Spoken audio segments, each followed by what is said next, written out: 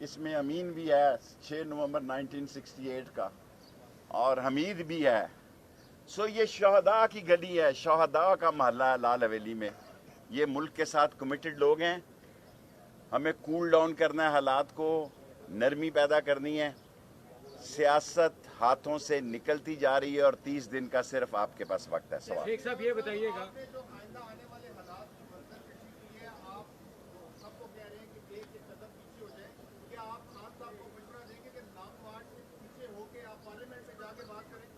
دیکھیں long march میں میں عمران خان کے ساتھ ہوں, یہ سب کا مشترکہ فیصلہ ہے اور میں استعفیٰ دینے والوں میں بھی شامل ہوں. حالانکہ میں پی ٹی آئی کا نہیں, میں نے اپنے لیٹر پیڈ پر استعفیٰ لکھ کر بھیجا ہے تاکہ کل کو یہ میرے بھتیجے نے بھی, ہماری 3 سیٹیں ہیں جی, تینوں پہ جتنے مقدمے کرنے ہیں کر لیں. 5 دن ہے, 5 مہینے راشد شفیق کو رکھ لیں, صرف بتائیں صحیح کہ وہ کہاں ہے. یہ نہیں ہو سکتا کہ عید کا دن ہو تو آپ اس کو بچوں کو نہ ملنے دیں اور ان کی فیملی کو نہ پتہ ہو کہ وہ کہاں پہ ہے. اور ہمیں فخر ہے کہ عمران خان کے لیے ہمارے خاندان کا انتخاب قربانیوں کے لیے سب سے پہلے ہوا ہے اور جیل ہماری سسرال ہے, موت ہماری محبوبہ ہے, ہتکڑی ہمارا زیور ہے. یہ چھاتی پاکستان کے لیے, پاک فوج کے لیے, عظیم افواج کے لیے ہر وقت حاضر ہے جان دینے کے لیے. لیکن سیاست میں ہم سمجھتے ہیں کہ عمران خان کے ساتھ انٹرنیشنل سازش ہوئی ہے.